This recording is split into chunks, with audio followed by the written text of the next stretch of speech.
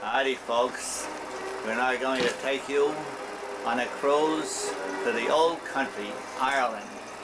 Back in 1962, my son John and I made a trip back to visit our Aunt Margaret, who was living over there all alone. It was in the summer of '62, and this shows us leaving the Hudson River. I think we left from Hoboken. You see all those people there John is waving to? All those people came down to see us off. It was a beautiful day. That was the Birdwell fan club, wasn't it? Right. Even the president of the fan club was there. And they had a fellow there taking pictures for the local newspapers, and they took a picture of John and myself, and they published it in the Port Washington News. Now we're underway now. This woman here had two boys on board the ship, and we met them as soon as we got on board. There's a Statue of Liberty in the back there. And we decided to sit together at one table because a lot of people don't like kids at the table. And they put us at a table of for six. They put a young girl at our table who was around 16, 17 years of age. This woman was double jointed, and she was out on deck here. She was showing what she could do. This is shuffleboard. Very popular game on board ship. Had a very enjoyable time going across.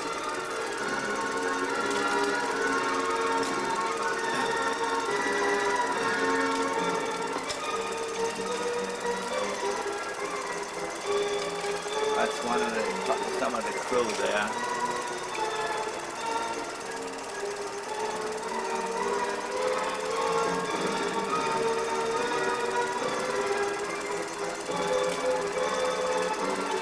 One of the waiters. Looks like it was kind of cloudy, kind of windy, man kind of on cold. The right there is the cruise director. That's John keeping score there. It was a little windy that day, but we got some good weather later on. There's two Irish nurses going back to Ireland. That was one of them there. Now this is a group of young school teachers who we ran into on board ship, and we sat with them almost every day on deck, kidding around. One played the uke, and they all adopted Johnny. He had a great time with those. I think this is when I decided I wanted to be a teacher. I can't possibly think of what might have influenced me. But they feeding you candy there. Do you remember this at all, John? Vaguely. Mostly I think from us talking about it over the years. Yeah. I had my banjo. I also brought a ukulele along, and one of the school teachers could play the uke. So we had a lot of fun on board deck.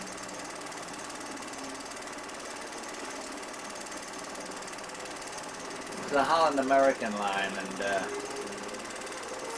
it's a nice ship. Meals were good. Service was good. First stop was Galway Bay. That's out of our porthole, I think. That's John looking through binoculars. Pick up the Galway Bay. They couldn't anchor it. The ship was too big to come into the port, so we had to anchor outside to go in on a tender. Okay, can you see my birthmark in the forehead?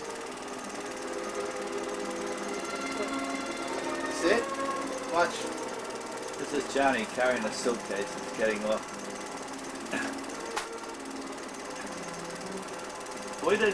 We stayed on this ship, and we got off at Southampton.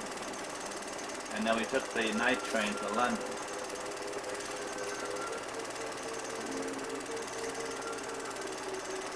I don't recall who that fellow was. That's the ship tied up at the dock at Southampton. That dock was big enough to accommodate the ship.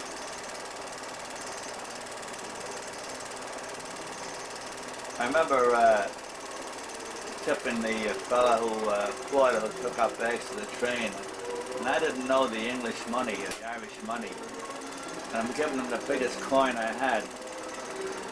And he says to me, I'm afraid, sir, that's not quite enough. I found out later there was a penny I was giving him.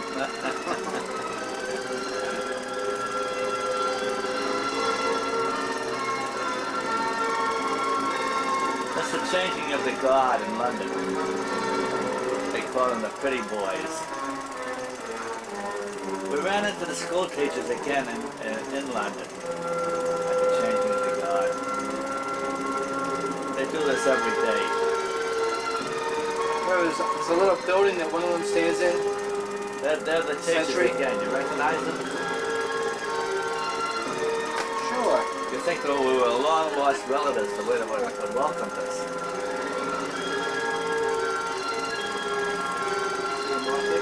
So we went on a tour with the teachers, and that's the local guide. You want to make the music a little lower, maybe? There's some nuns.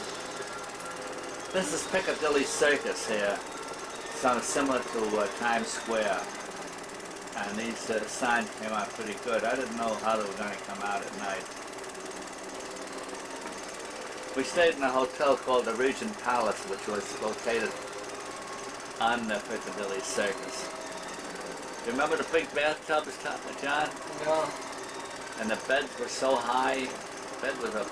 The bed was about 3 feet off the floor. If you fell out of bed, you'd probably break an arm. Oxford? Yeah, that's Cambridge and Oxford College. And Magpie Lane. We rented a car and What's Mr. Abbey there?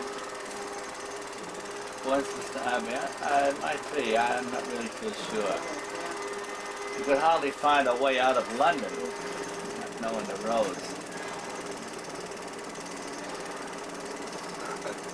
Clowning around. Asking directions. I'm asking directions. Probably the only person that would talk to you. Talk to us. I can't read that.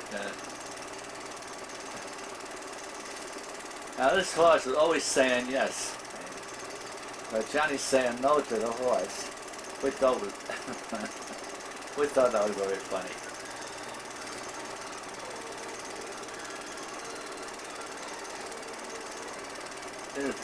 That's a peacock there. Peacock. Yeah. That's a little Irish kid we stopped to take this picture. Now this parrot on John's shoulder, he was pecking John's head, and I didn't realize how much he was hurting him. Still got the picture though. Still got the shot. Yeah. Shot's important. Now these are deer, and this is Shakespeare country. And these are supposed to be descendants of the original deer that were in those forests at that time. Shakespeare's birthplace.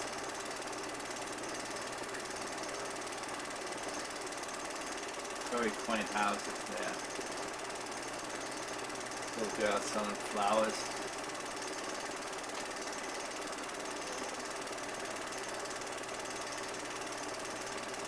Can't make out what this Look at is. those pants. Oh, this is one of those penny Is that arcades. the red we jacket? went. I think That's like your usher movie. I think you won a couple of prizes here, John. Oh yeah, one for myself, one for Tommy. Yeah, Hey, wasn't that a knife or something? a knife. Yeah. Little Kenny, Dollar Buffet. Donegal. Donegal. See a lot of these cars. Now, this is the Keys Hotel in Donegal. John is making time with the waitresses there. This is my Aunt Margaret's house.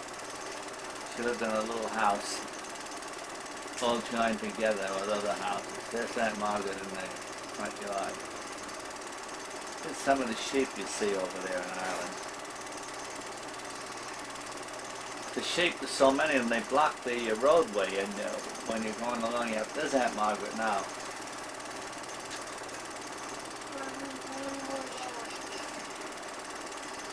She sang in the same choir in the church since she was a little girl. We went to that church. Here come a bunch of sheep now. So you have to stop the car, let them go around. They have what they call sheep dogs. You might see one here. He runs across the backs of the sheep in case they're going in the wrong direction. Grandpa? Yeah. Well, There's Grandpa there pointing. Pretty countryside. Tralee. Tralee. Ever heard of the Rose of Tralee? Right? Grandpa the sheep. Grandpa the They sheep. divided the land up there, like a farmer would have a lot of acres, and they divide them up and give one to each child. So you see them divided by hedges. It seemed to rain every day there, that's why everything is so green over there. That's a donkey. Or a mule. Is that one of our relatives also? Or One of our relatives, yeah. one of the more stubborn ones? And Salt Hill, Galway. Galway. Oh, actually, I remember this. They were swimming in there. John went in swimming. Very cold. I think that's me on the high platform. Maybe not. Maybe that's me on the rock. That's John. That's John going in there. It's cold. Yeah. Because you're pretty far north there, you know.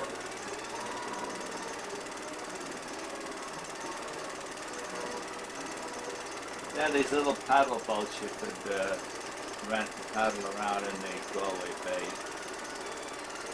And the push to get started. Yeah, you ride like a bicycle. Nowadays, these resorts you can rent little motorboats like this. I saw one of them before. Oh, you were in one down the Disney Road, Jimmy.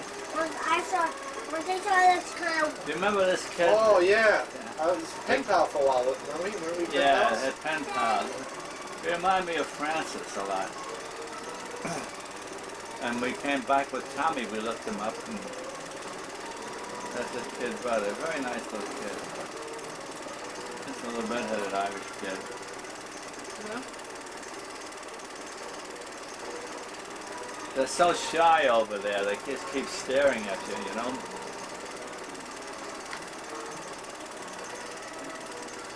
I think it's changed quite a bit since then. This was 1962. I know prices have gone up very, very steeply since we were there.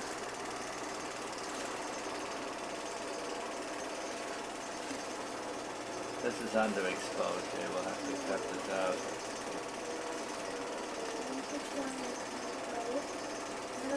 These are just different kind of animals we ran across. You see a lot of bicycles there and jaunting carts. What's a jointing car? Oh, this is a jointing car. Yeah. The Milkman. John and I used to play a game. We'd be driving along. We'd say, if we see a person, we'd say, well, we're not going to wave until we see if they wave. And they're not going to wave, so we will wave. And then when we wave, they wave. But they wouldn't wave first. Valley Shannon, 4 miles.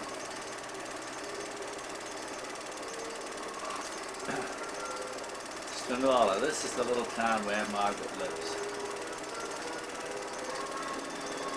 She went, that's the town we live in, yeah. She went riding with us and took us to the old cemetery.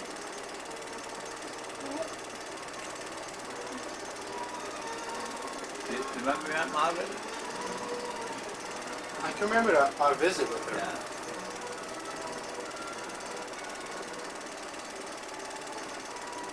I think she didn't have a bathroom in the house, right? No, but I think if she went to the bathroom next door, people next door let her come in here. Whole different But when standard Evelyn of and living. Arthur went over there, they had one installed, and Jimmy and I and Evelyn, we paid for it. You mean me? This is kissing the Blarney Stone. You have to lie on your back. And then What if people still kiss it today?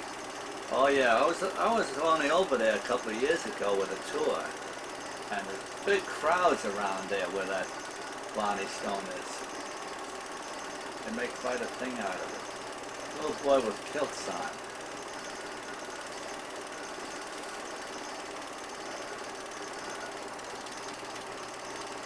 Couple of Irish kids on a horse. We'd ride along until we saw something interesting, and then we'd stop. And we stopped for a couple of fairs. One was a horse show they were putting on, horses jumping over steeplejacks, and this is Dublin, one of the big cities in Ireland. That's a policeman there. Giving somebody a ticket.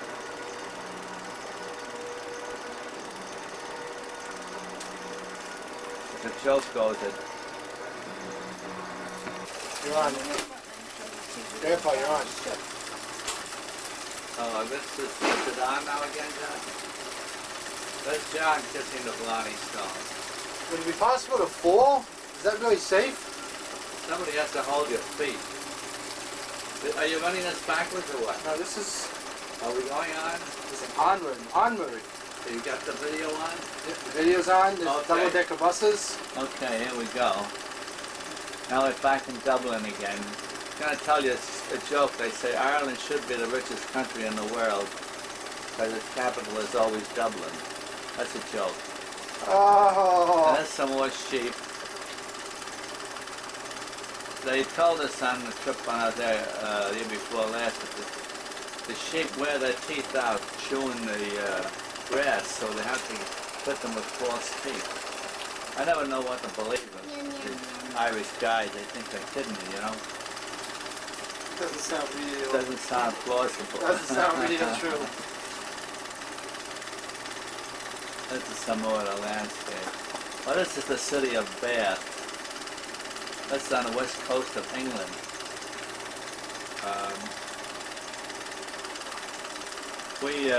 John and I went over to Ireland, and we had to go back to England again. It's broken again? Yep. Okay. This is the city of Bath. That's on, I'm pretty sure it's on the west coast of England. I think they call it Bath.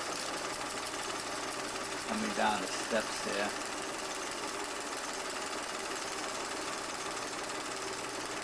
Well, that cable car, kid. We have to go there. Oh, this is a scale there. You get on and they tell you how much you weigh. You sit down.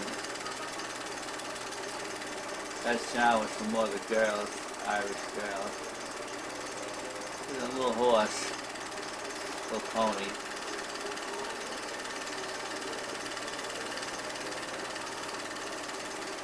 Public conveniences. Well, here we are back at the ship again, getting ready to go home from Southampton. Yeah, we had to come back to England again to get the ship, that's right. I don't remember going across the Irish Sea again. This is loading automobiles onto the ship. Were those new cars or cars people? Yeah, used to be, there was some kind of a deal that if you bought a car over there, you'd save a lot of money and bring it back with you. But I don't think you can do that anymore now.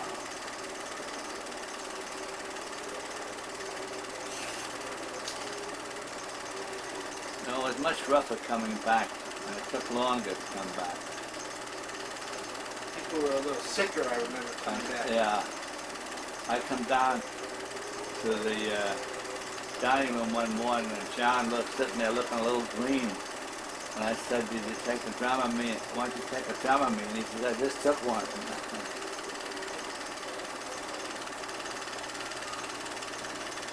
These are some of the people that we met on the ship coming back.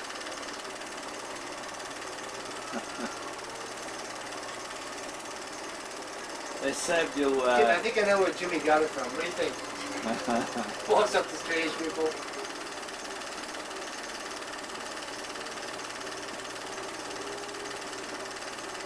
You dive right in. Keep your feet I was just together. thinking that water was not keeping from stopping. Didn't look deep enough? I was thinking standing. Ah, I recognize that. We're getting near New York now. New York, New York. That's the Empire State Building there. Oh, this is breaking up the boat. You know, it's a shame if I had built like a house around it, it probably would have kept it.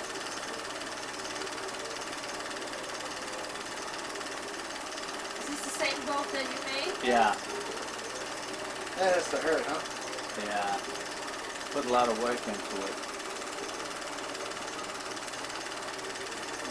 I got the screwy idea that if I turned it upside down, the rain would just, run off of it. But the wetting and drying that rotted it.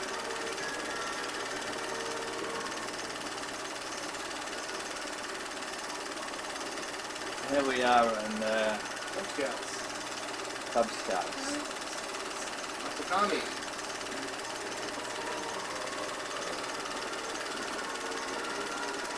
Touch football. That's how I'm bumping the kids.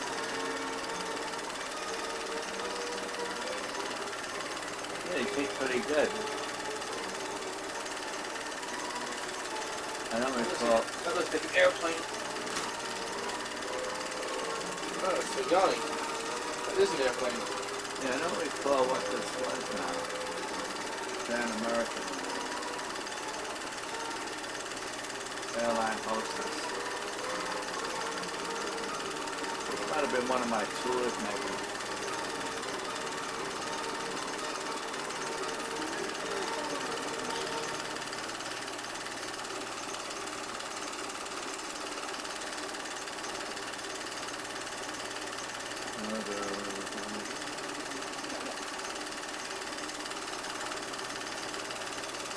This looks like an Italian hostess. This looks like Ireland. Yeah.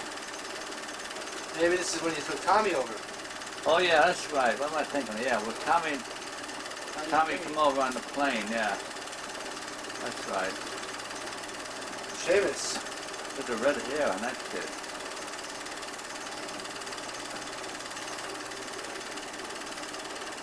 They were having a fair in this town. That's it, Tommy. Keep hitting those cows with that stick. This is a steeplechase. I was just thinking what a mean street.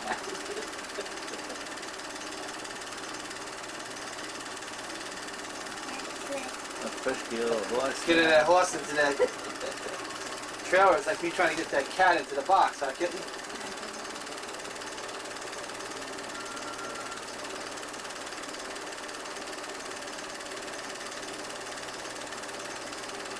I think that was the Volkswagen we hired. There's Jimmy. Uncle Jimmy was with Tommy, yeah. He's walking with Aunt Margaret there. I think they should have been working a little slower. Yeah. That's the old house we used to live in. It had burned down, just the walls of Is that where you were born? stone walls. You were born in that house? I don't think I was born in there, but we did live in there for years. And this old gent here told us he owned all that property there, and that we could have bought it if we wanted it from him. So Aunt Margaret took us there. And my brother Jimmy, he's standing there, all of a sudden he says, there's a well down there. We went down and sure enough there was. We remembered. Tommy was kind of heavy that time.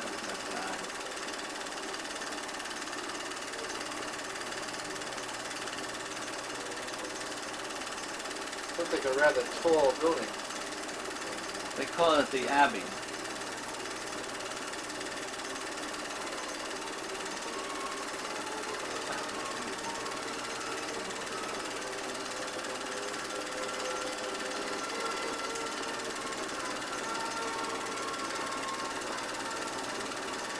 I think Tom was just 11 years old and something like that.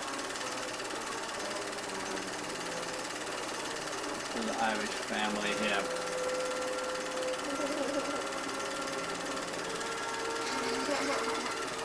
This is my grandfather's grave. We visited that Margaret Porter's grave.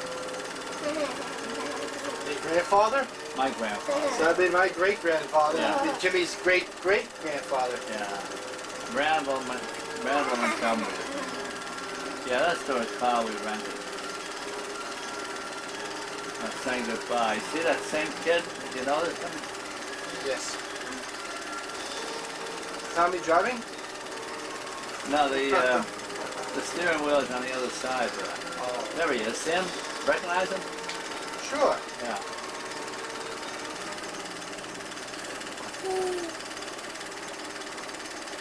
They were glad to see us here the second time. We're like old friends, you know? That's time at that sticky, man.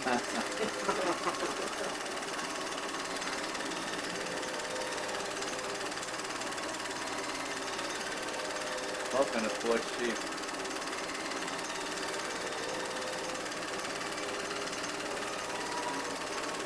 It's a healthy looking sheep. Black faces. This is putting the pig in a bag. That's how they bought the pigs in those days. You go down to the market and buy your pig? Pig in a poke they bought it.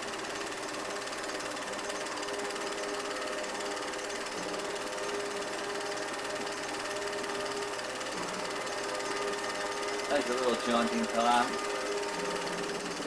This is going around the lakes of Killarney. This is my brother Jimmy. This is what they burn. It's called turf, I think.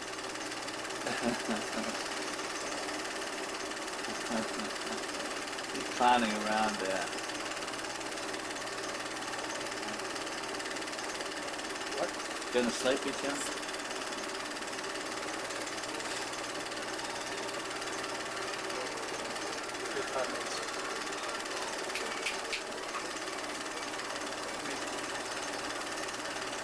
Couple of junk. Jimmy, look at the donkey. Look at Tommy.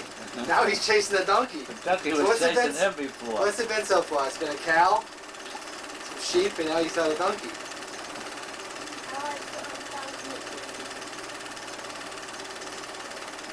That's a good looking horse. Tom's really galloping there, you see him?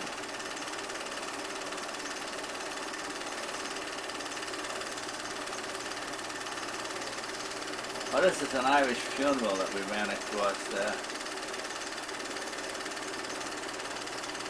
This is some laborers along the road. We stopped to take that picture. That's a bricklayer there. Took the picture. He couldn't understand what I was doing. His little white face cattle.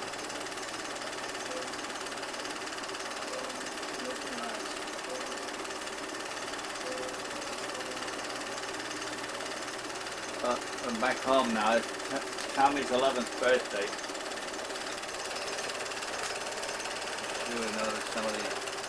What's the video about a birthday party? There's Uncle Uncle Mike. Mike. Yeah. There's Mom, there's Butch Carpenter, there's Frank Herman there. Jane Lyons, Aunt Betty, Jane again. Remember Mike had a convertible. Yeah. Tony and Mary.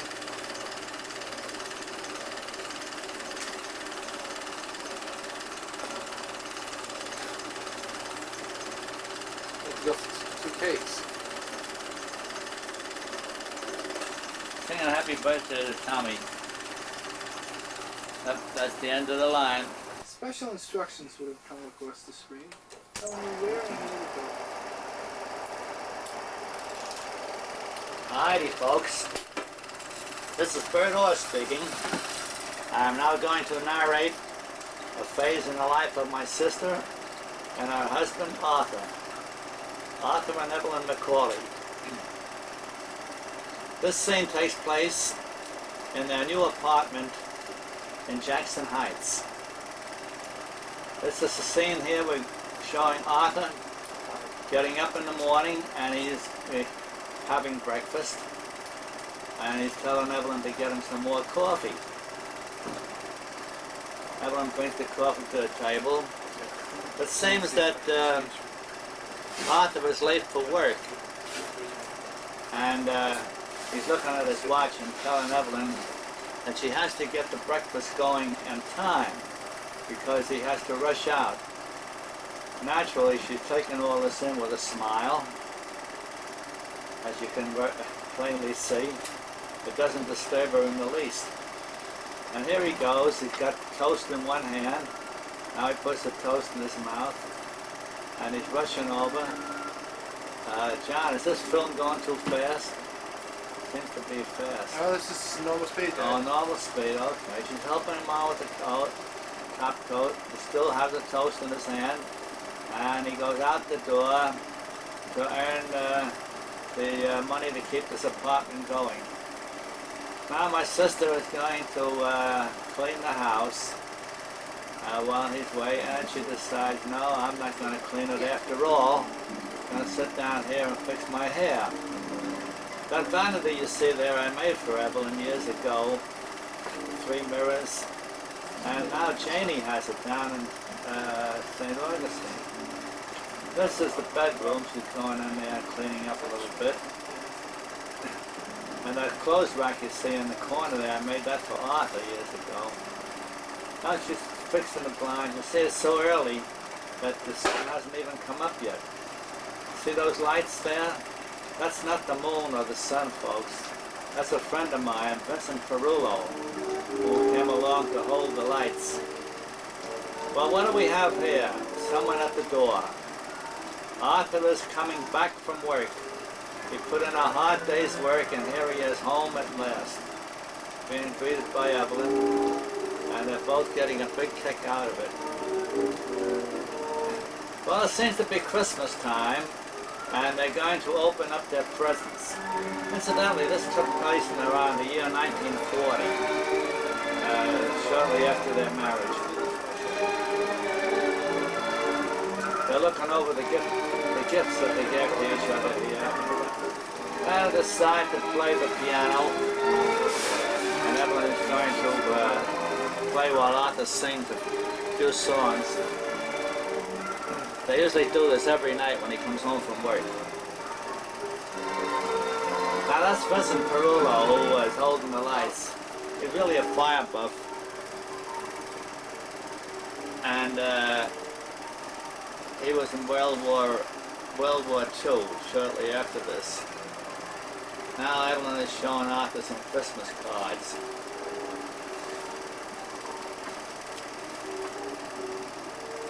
Notice how slim she is there. Putting up the cards on the mantelpiece. Now we're coming to the Colonial House. Colonial Dames of America bought this place, and we were caretakers here for 25 years. Here Arthur has been went into the Navy as a ensign, and he's coming home on leave. My father there is carrying some of his luggage. As they approach the house, my mother, Evelyn, comes out to greet him, and here comes my mother. This is the front entrance to the Colonial Dames Mansion. We visited there last Sunday. Now they're having a little discussion here. My father always liked to clown around. He loved to get his picture taken.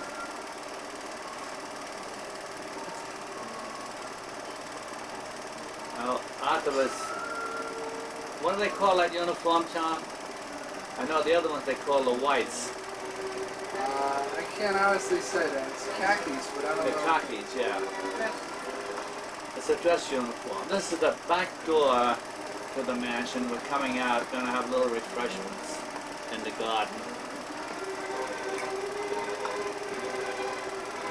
There's big changes in the mansion now, but it's still beautiful, more beautiful than ever. They're all sitting around the table here. Pop, Mom, Evelyn, and Arthur.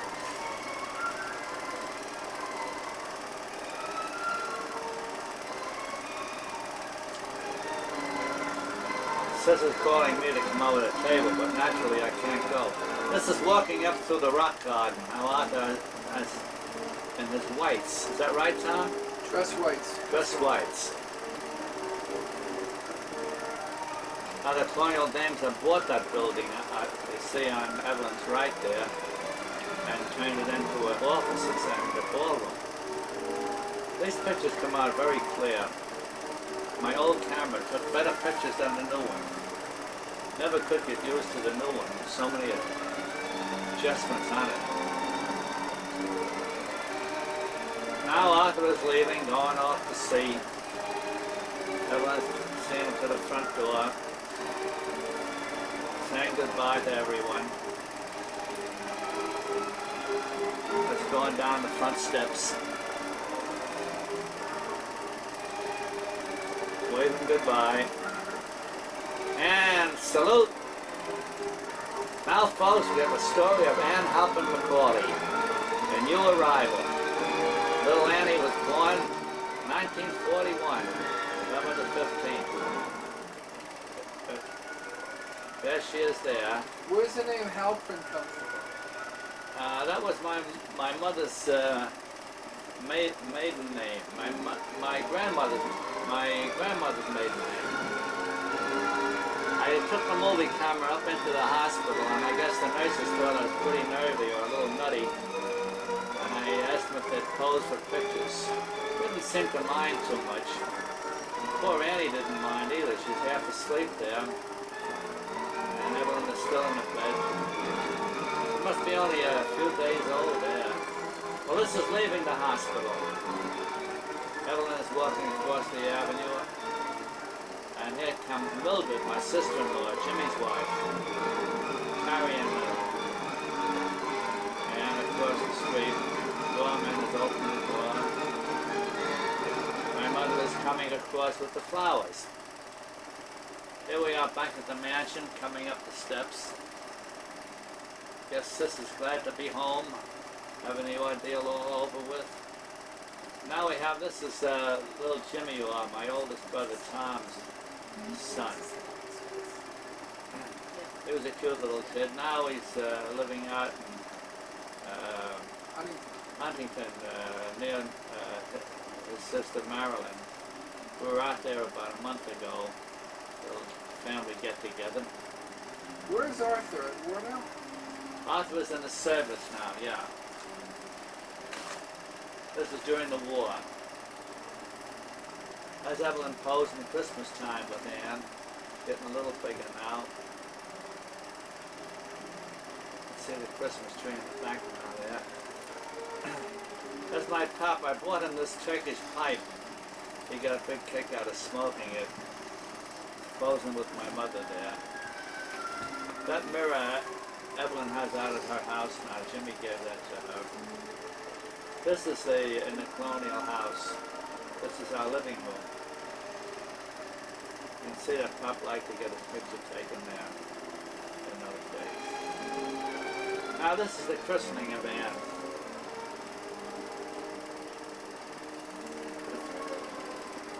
That's Ruth Sickles. It was a maid of honor at Evelyn's wedding, Evelyn and Arthur's wedding. You can see Ann is getting older here now.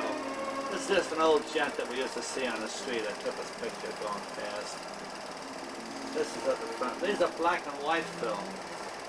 So you can tell how old they are before they had Kodachrome. I just begin to look a little more like her, the way she looks today. That's Ruth again, Ruth Sickles. I think Evelyn lost. This is outside the Colonial Dames house, yeah. There's a good friend of Evelyn's. This is my mother walking across the lawn. These are my two aunts, Aunt Mima and Aunt Mary. Mima liked to clown around there. She's doing a little dance for you.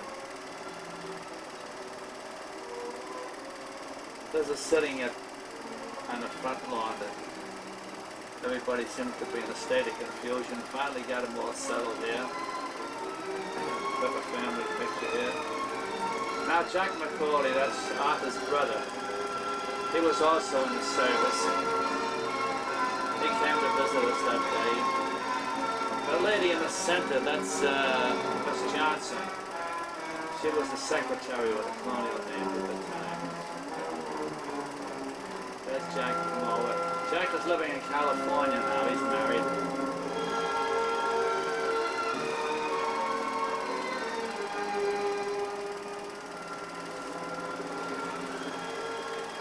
So is Andy there? Annie is getting more alert.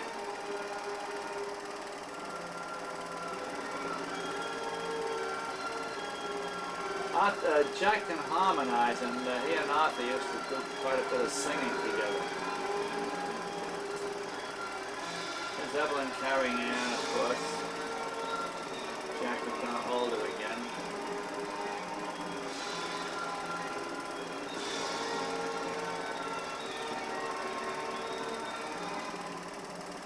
She was a cute little gal. She still is. Now she's married and has 3 of her own children. She's living down in Georgia. You can see how old these pictures are. My mother holding Ann now. Well, I mean, that's Evelyn holding her. Got Jack's hat on.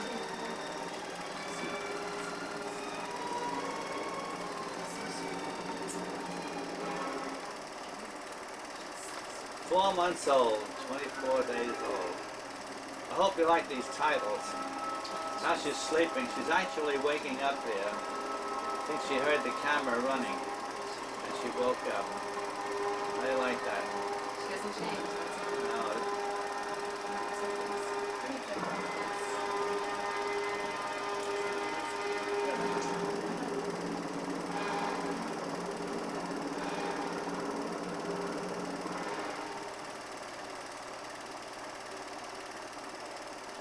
there's Evelyn holding her. Now, 1943. The birthday party for Anne. Got some of the family together here. This pictures are in color now. There's my Aunt Mary in the background there. Mine sitting down. There's the one candle.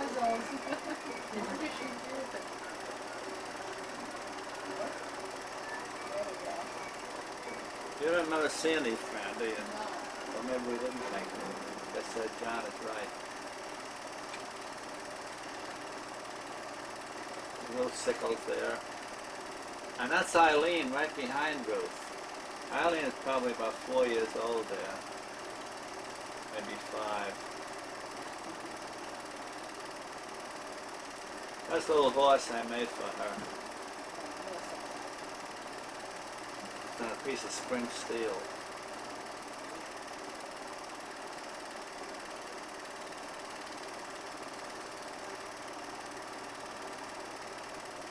Now she's taking the first steps. She's clowning around here. Well, she loved furs and she loved hats. Loved to put on people's hats. That's Grandma holding her there. Christmas, 1943. There's little Jimmy again. That's Thomasine and my oldest brother Tom, Thomas Randall. Tom loved to get his picture taken too. Evelyn and my mother coming into the room. I tried to get everybody to do something so they wouldn't just be sitting there looking at me taking pictures. There's Jimmy wandering around. You're going to see a very cute scene here in a few minutes where Jimmy leans over and shyly kisses Annie. And Tom. That's Tom, yeah. And Tom the same. Marilyn wasn't here for some reason.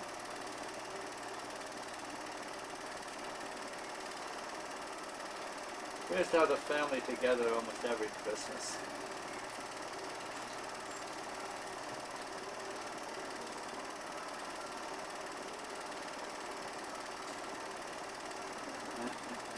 Jimmy looked like a little angel. Now watch this.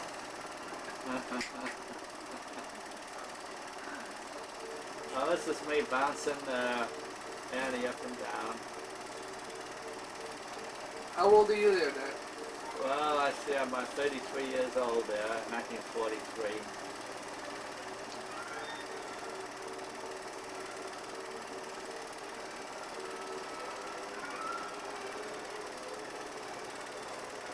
afraid I was bouncing her too much. She liked to go into my pockets, see? Love to see what I had to find. Cigarettes. Cigarettes. Cigarettes. That's my, Oh, Dad. that's my father and mother. My father had this soup and fish on, his full dress. He's going out to wait on the tables at Christmas with a lady he waited for years as a butler. They get the family together once a year, and they call on him to wait on the table. That's Miss Johnson in the office. Now this is a picture of Port Washington when it's in the process of being built. What's the size of the maple tree now? Front there, right in front, and the one on the It's a left. big home. This is a group walking around the side so I can make out who it is.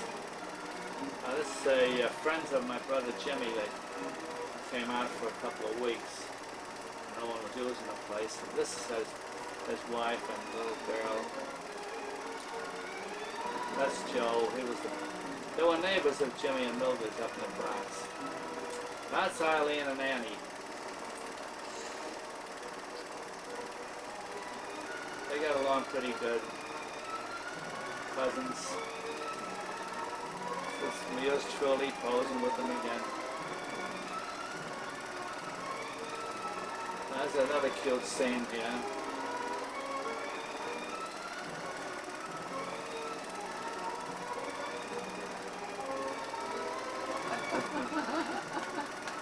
Smoocher. No smoocher. Well, Annie loved to kiss. I'm going to have a little scene here where we're going to chop down a tree in the yard that we had to get rid of. And I'm clowning around here chopping this tree down.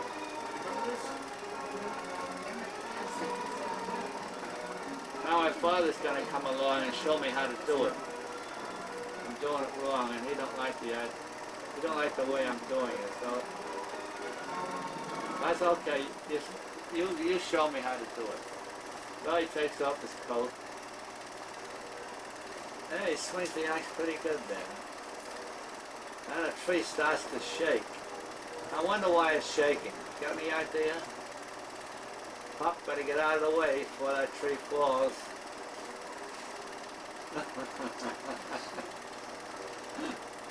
Well, I guess I had to finish chopping the tree.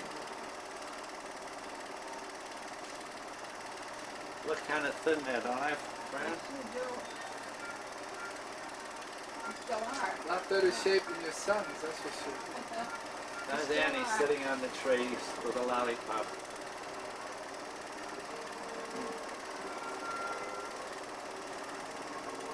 Now this is in the kitchen of the Colonial Dame's house.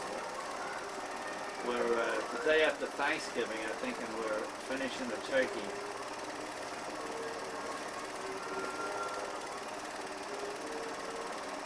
You see Annie is growing up.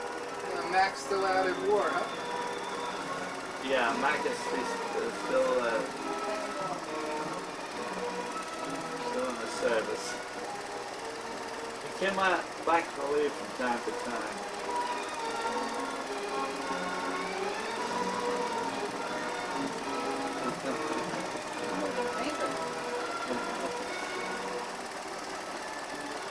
Let's say 1944, Annie is 2 years old.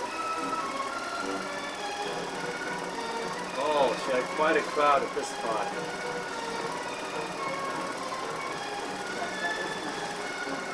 What's that? Did you see this?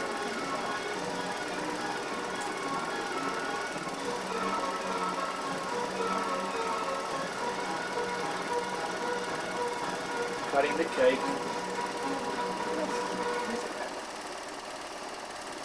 That's Aunt Mima sitting beside my father. And Ruth Sickles looking over Aunt's shoulder. Is that Marilyn back there? In the background? I believe it is. I don't know who. That's Evelyn helping her to cut the cake, yeah. That's Sister Evelyn. There's little Jimmy, the little angel. Now this is my mother and father with Annie.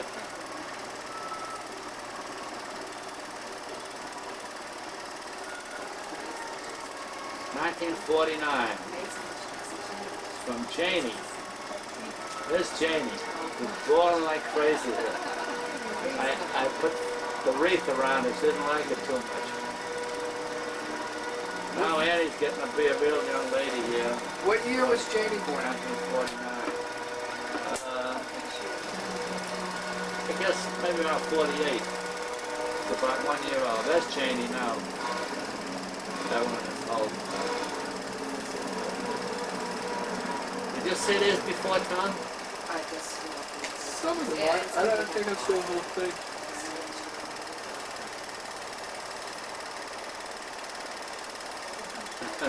yeah. That's Peggy there, giving her a present.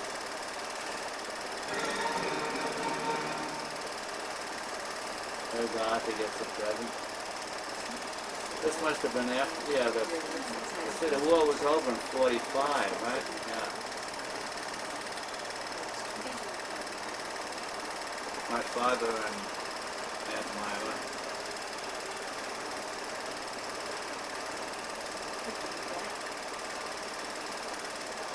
That's Janie. Janie grew up to be a real beautiful girl.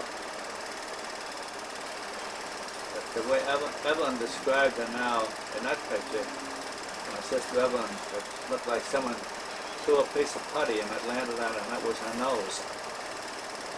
There's my mother and father.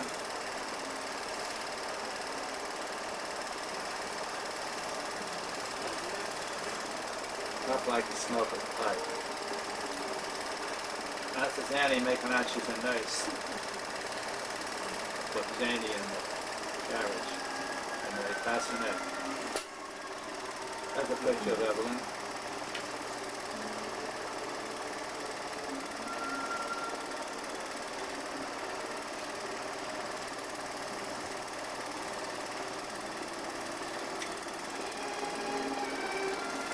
Family picture there.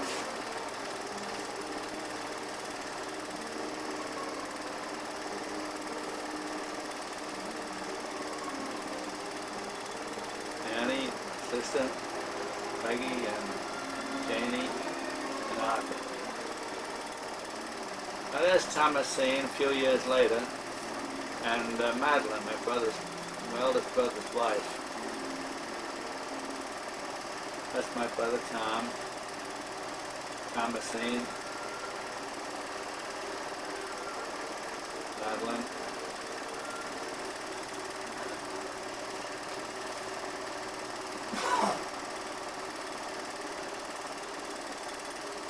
My brother Tom and his wife Madeline. Now this is a little angel here. He's coming out, making out he's going to hold up his father. Father's got a gun too.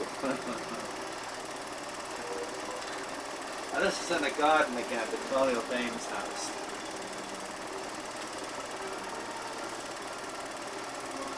Yeah. It's almost as if you owned that. You Yeah. owned the place. Yeah, this is Janie's first steps. How often did they come to the Colonial Dames? Colonial Dames. What he meant to visit? Yeah. Well, I guess every 6 months at least. The rest of the time they were never there?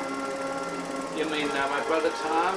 No, the Colonial Dames come to visit the Colonial Oh, Dames. they come every, once a week they had teas. Every Monday they had teas.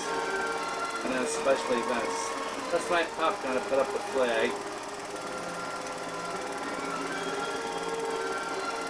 Put up the flag and took it down every day and took it down every night. I got paid $1 a month for putting it up. And that's my brother Jimmy with Eileen and Annie.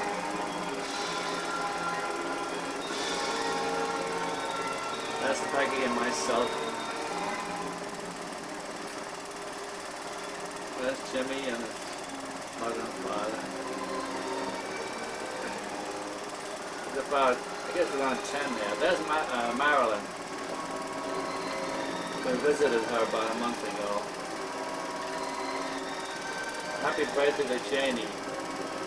1950. 2 years old. His Arthur bouncing her on his knee.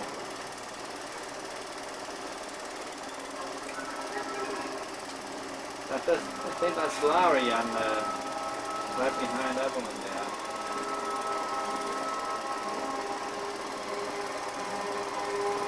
That's Evelyn waving.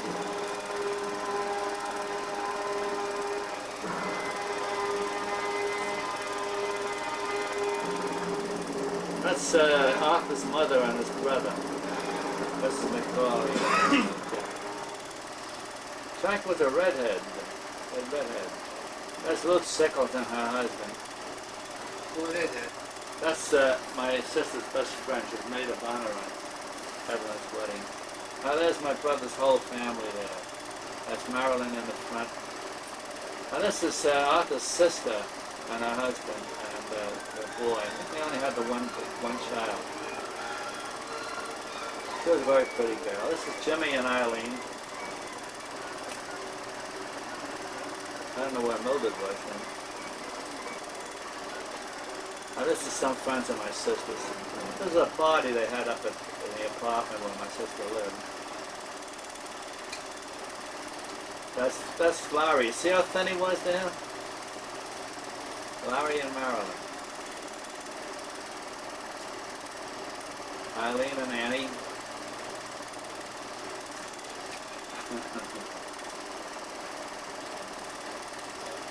Eileen is living down in Florida now. Oh, Danny, you look pretty good now.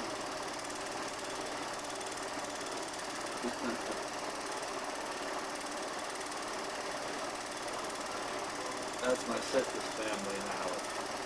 2 girls.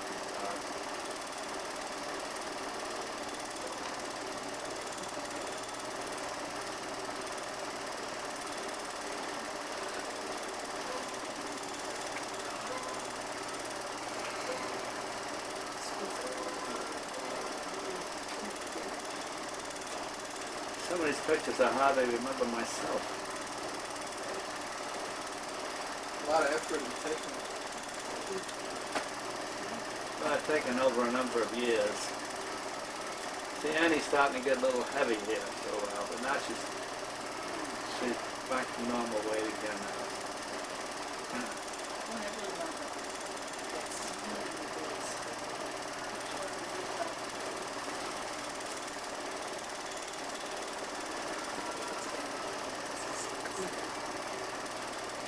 I can't read what it says, happy birthday. I think that looks like a homemade cake. That's my 2 brothers and myself there. Tommy always looks very businesslike, you know? Yeah. Coat and tie.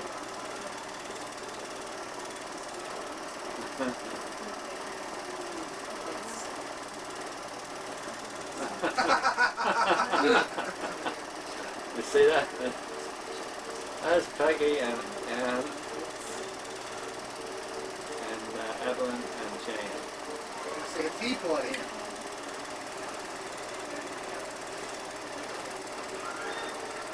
Now this looks like a wedding here. Trying to figure out whose wedding it is. Probably Thomasina's, huh? Boy, they wore some hats and all.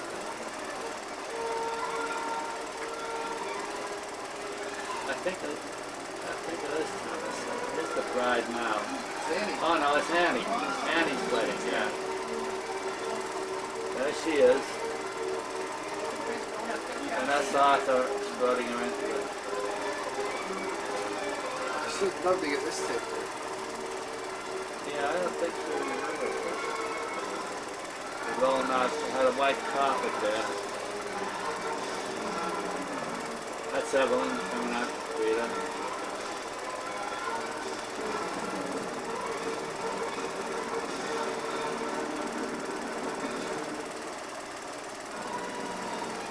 They can't make out who this is there. There's Mildred. The dark glasses. Jack Heisler. Julia with the red coat. My cousin Julia. That's Peggy.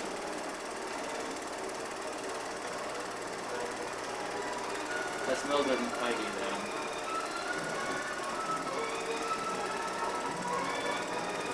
With the John Shabansky. Johnny Heisler and his wife. See,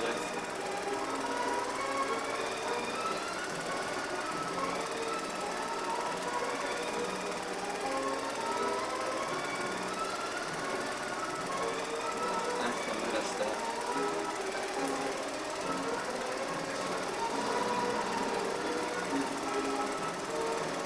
Is that my brother Jimmy dancing with the dark glasses on? That's Janie. She was maid of honor. It's Eileen, right? That's Eileen, and I don't know what she's doing.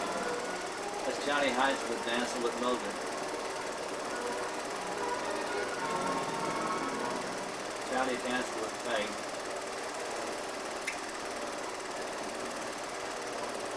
I see that. I don't know who that guy she's dancing with. I'm dancing here with Peg.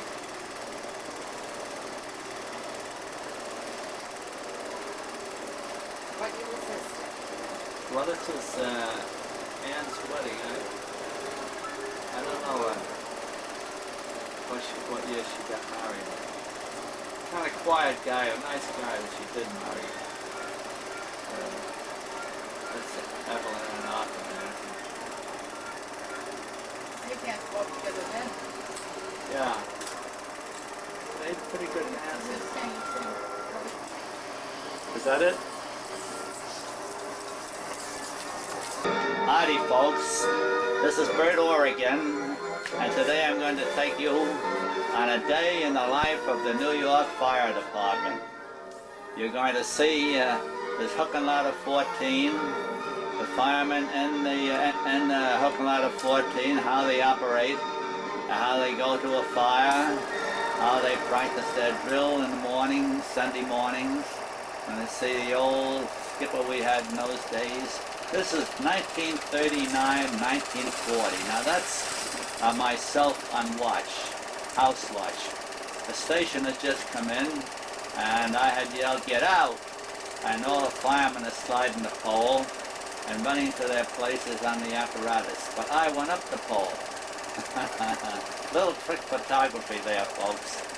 Now this is 14 truck moving out. They're on the road here.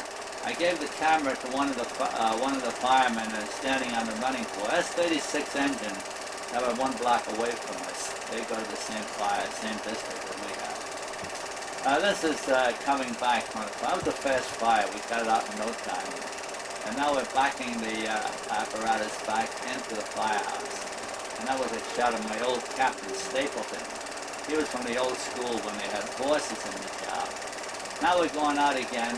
We were very busy those days. We didn't stay in the firehouse very long. And that was Mark Pollock kind of side of the apparatus. It's pretty hard to take pictures because the apparatus, you must realize, is bouncing around something terrible.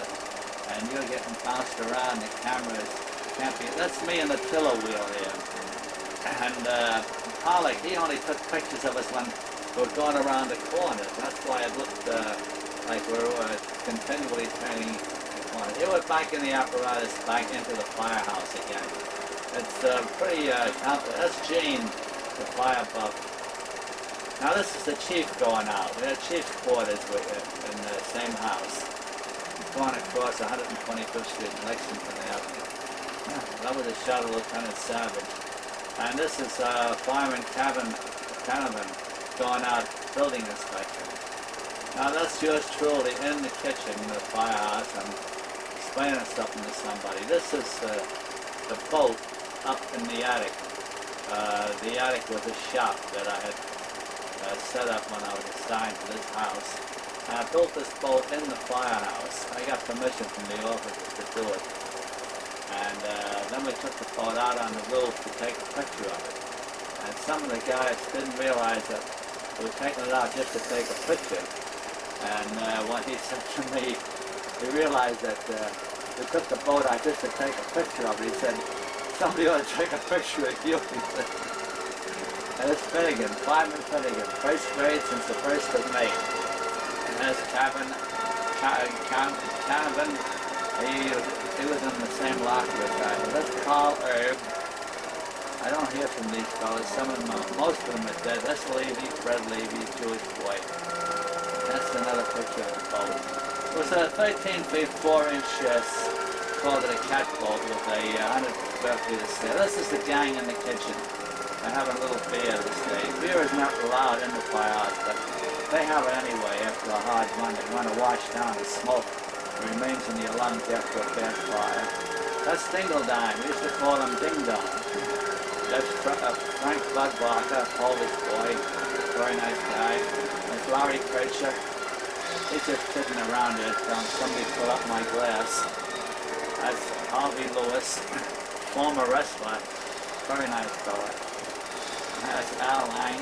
Al Lang is dead now. He was appointed with me too. And Kansas 14 truck. That's a picture of me there. Now there's a Proctor's theater right next to the firehouse. This is Sunday morning, putting up the area ladder. We had to do this every Sunday to keep in practice. In case we had to put that area ladder up there, everybody would be experiencing how it operated. And then they went up on pistons, air pistons, and then they extended the fly ladder. This is what these fellas are doing now, pushing it up further. They go up to a 6-story building. That's Ed Riley. That's Lieutenant Savage going up the ladder.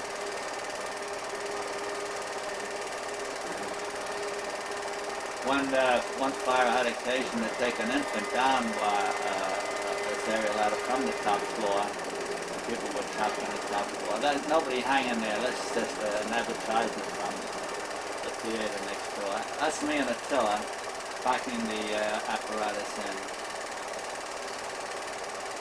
The tiller wheel operates separately from the front of the apparatus. And it's a narrow opening, and that's Smoky. Now we're going out. Oh, this is Rescue 4. I was transferred to Rescue 4 after I had about 10 years in the job. And it's more like a van. And we have all special apparatus that the other companies don't have. They only have one rescue in each borough. So we go to special jobs, accident and rescue apparatus to get people suicide, get them before they jump in. That's Smokey, the firehouse dog.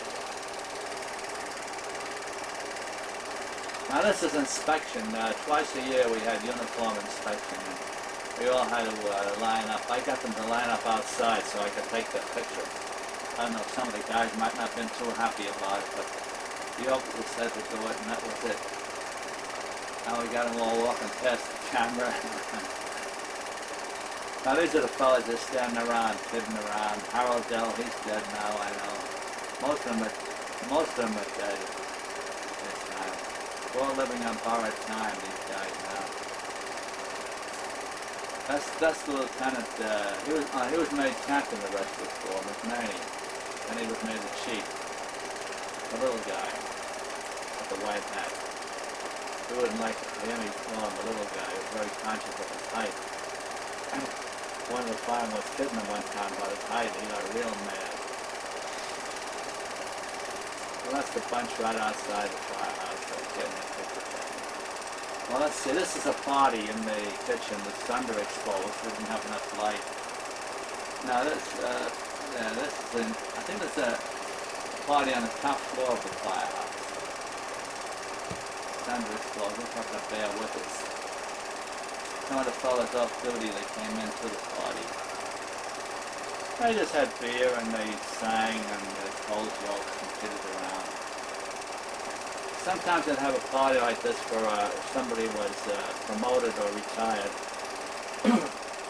That's Toey, and I know he's dead. I hate to be mentioning all these guys are dead. That's Frank Kleiner, he's dead. That's the guy that fell off the ladder collapsed under him. There's a couple of fellas there shaking hands, sitting down. That's the guy, Donovan, yeah, he was made lieutenant. That's why they're all shaking hands with him. Congratulating him. He wasn't too popular a guy in the fight, kind of a selfish guy, but they'll give him a party anyway. You see the spread there? That's Smitty.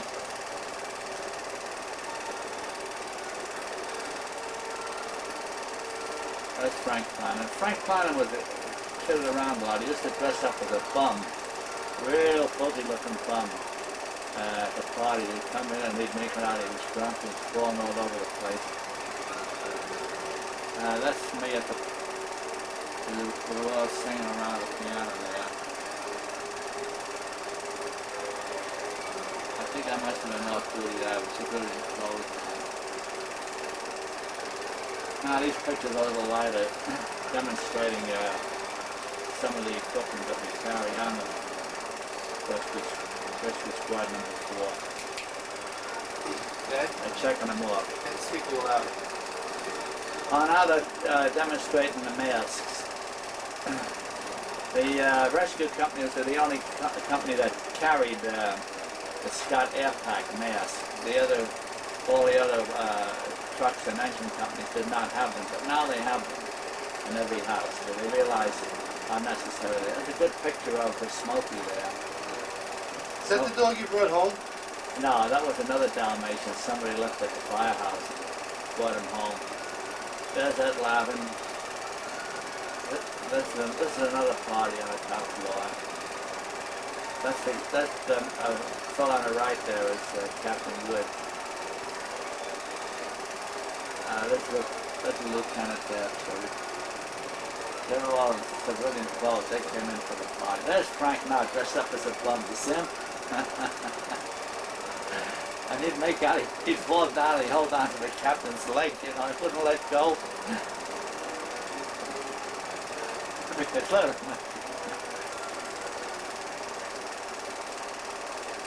Other companies heard about him, you know, and they want him to come to their parties and do that, but he didn't want to do it, you know. Just kind of professional. But he got a good sense of humor. He had these teeth he used to take out, you know, and that made him look worse. That's Corrigan. They're kidding around there. Going over trucking. I tell you, Frank was about the only guy who could get away with this, you know.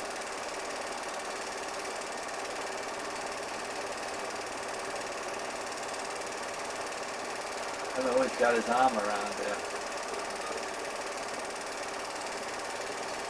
They couldn't help but laugh at it. That's another lieutenant, the guy with the top coat on.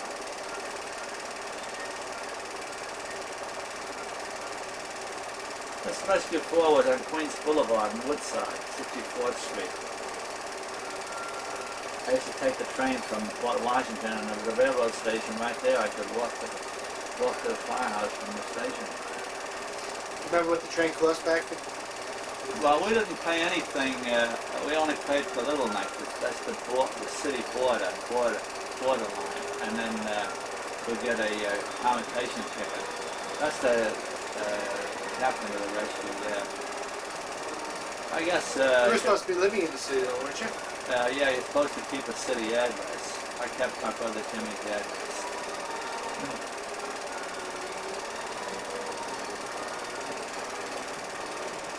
That was the captain of the engine company there.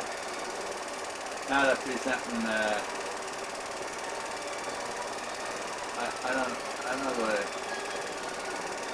whether presenting them with a medal or something here. I forget what it was. But somebody was retiring. The well-liked captain that Captain Wood. This little red-headed guy in front of him, he is also the captain, the other captain.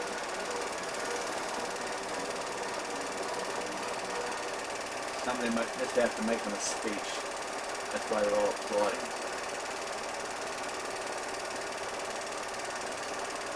I'm shaking hands with the captain there. Too bad that this wasn't video to hear what they're saying. Now this is in the kitchen of Rescue 4. We had quite a few parties there. I don't see any grill firemen here, Dad. No, I didn't have them in those days. And I hear that they're not too popular in the firemen. I couldn't imagine the first females going on the job. Looking at these pictures, Yeah. that'd be very difficult. That Bill Gruber there, he could sing pretty good. There's a chief coming to visit.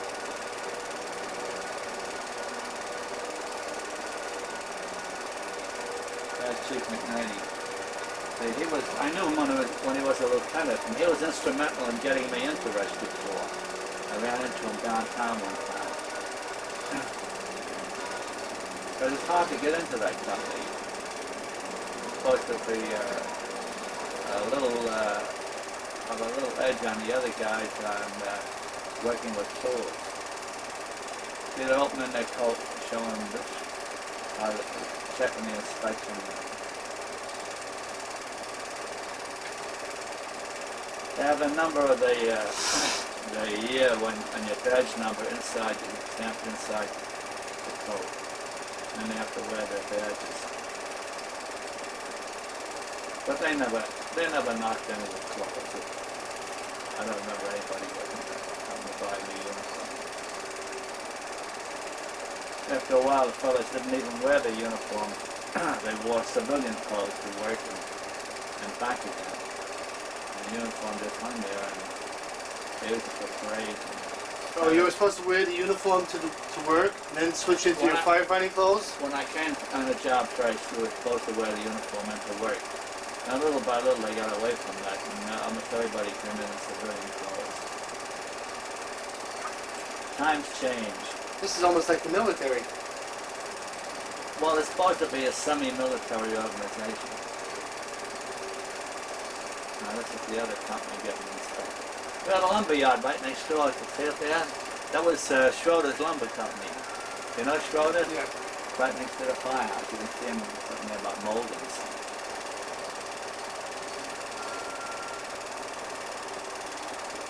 Angie, that guy do a lot of cooking. That's Towie the drunk. There's yours truly there.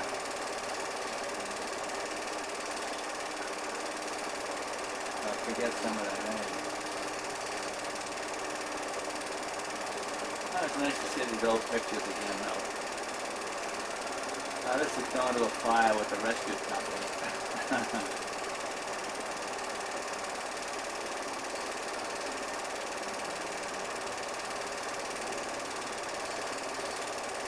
Now this is a picture of another company putting up their ladder. I took the movie camera with me to fire, trying to get some pictures of some good rescues, but I've never had occasion. This camera was easy to pack, too. This is the small flat one, right? Yeah. That would be easy to carry around. Keep I've trying to take see this. you taking moving pictures. He wouldn't like it too much. Somebody's in RE there. They got their turnout clothes on. Not much of a fire. Just in a private house. People all standing around. You might not thought it was much of a fire, but I bet you they thought it was pretty big. Is this for effect, this guy going up the ladder? And I don't really remember what the it was not a posed picture. All this is oh, he's pretty dirty there. He must have. Now this is back in the kitchen.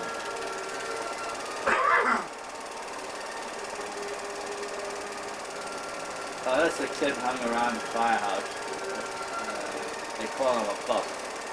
They run errands for the fire. They just love to be a fire engine. His father was a photographer for a newspaper, and I took some pictures and he enlarged them and I gave them out several of the men. This might be another occasion. Most of the time we roll to a fire, they send us right back because they wanted to keep us in service for something important. Like they come to a gas fire, we wouldn't even stop. stop, the chief would be waving, go back to quarters. This looks like another inspection here. Good chance to get a picture of all the men.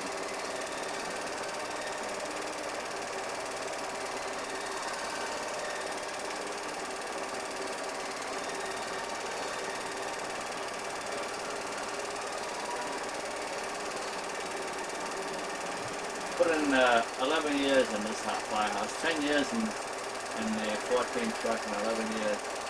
Well, last year I was driving the chief. We're visiting all the firehouses in the city, introducing the Scotty Updike mass. This is a parade?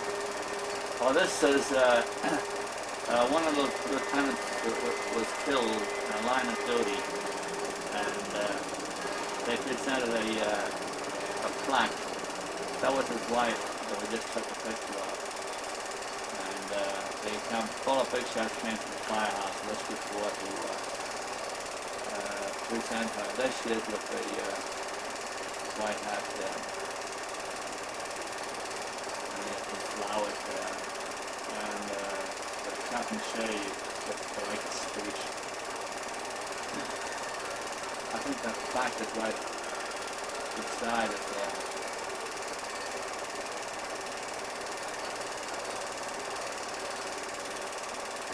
I hardly remember taking these. So very solid, very well liked this lieutenant.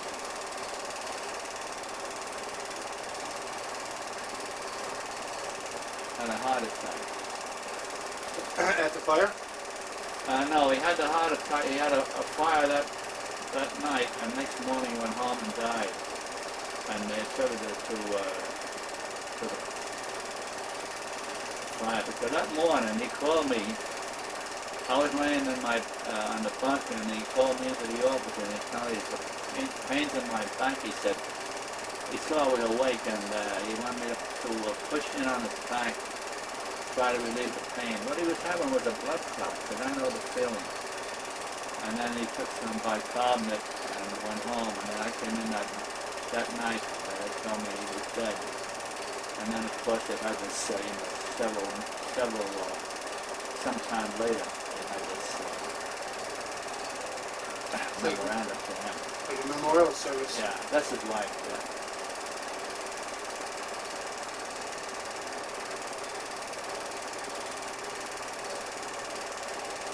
That's a priest.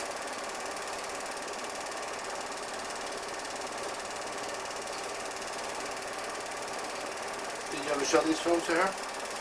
No, I didn't. Another thing, I have his voice on videotape, on tape, that I often thought she would like to have it, but I don't know how to approach her with it. I don't even know where she is now. He sang a song for her over in the kitchen when I had that tape player there. That's another picture of her. A nice looking girl. He built his own house out there. I went out and hung the doors for him. He told me, I'd like to have you hang these doors.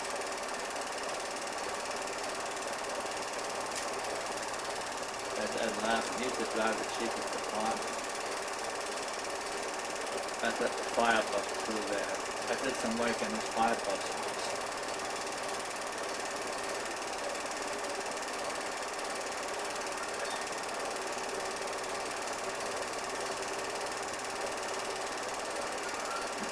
Shaking hands. I guess someone must have been made promoted or retired or something. But that guy, Frank Planner, that fell off the ladder, he was a great guy. Always good for a laugh.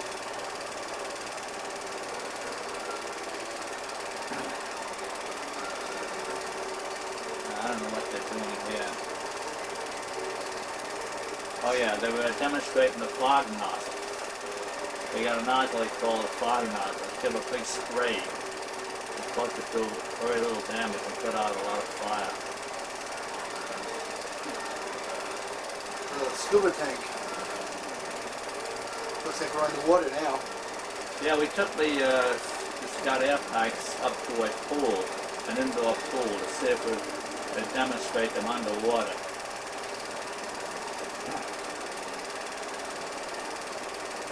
I went along with them this time.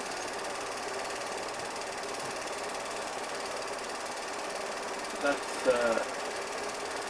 I don't see how you could go underwater with them because there's so much buoyancy in the tank, and there's all air in there. Now this is when I was driving the Chief the last year in the job, and that's me coming around, and I had a lieutenant. I got him out the post too. But we got a brand new, not this one, but we got the Chief I was driving had a lot of pull, and first thing I know, he gets a brand new red car, you know. And I took you and Tommy for a ride in it one time. I don't know if you remember.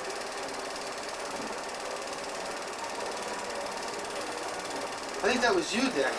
That was me. Yeah, take a picture of yourself getting in the car. Yeah. Make believe you're the chief. Chief I don't know Ward. where the Chief was that day. This lieutenant and I were kidding around. Oh, this is another party. I guess all you think was all we had was parties there.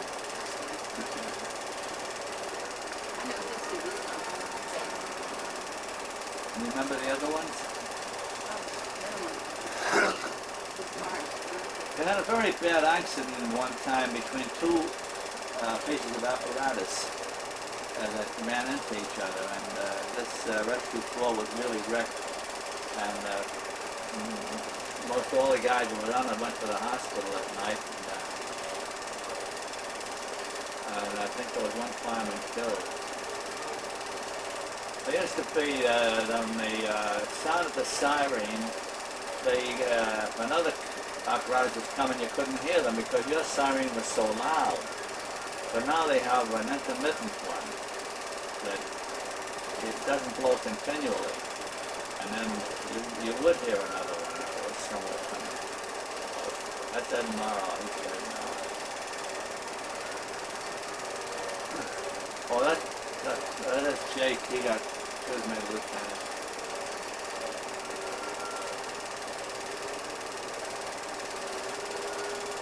That's Bonnie Short, you see him? You reckon? In the back, yeah. Yeah. That's the guy who helped me build the house. He did a lot of work on it. Bonnie Short was very tall. Yeah, Short was tall.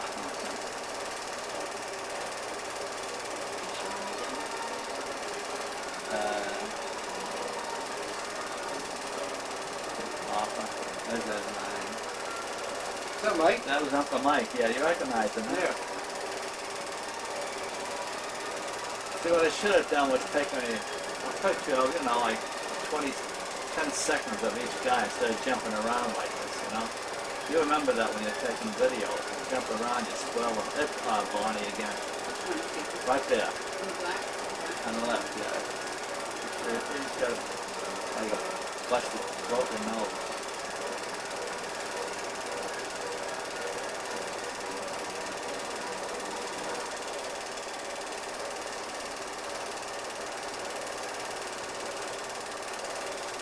This one guy, Kenny, he opened a saloon when he retired, and then when he decided to retire from the saloon, he called me up, but I wasn't home, and Tommy took the message. He wanted to come down to a party he was having, another retirement party. Did you go? No, I was down in Florida at the time. But somehow he got in touch with Tom.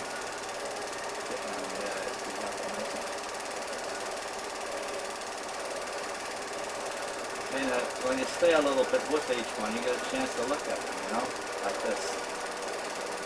That's Corrigan. He used to be a cop with a fire department. Oh, here we go, sliding the pole again.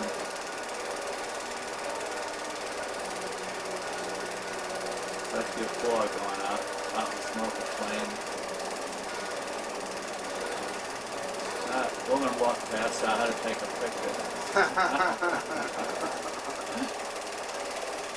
There we go.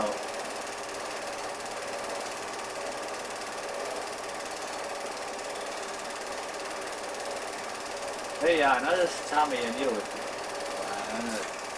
put It's some over. film left over. Is that it? That's it.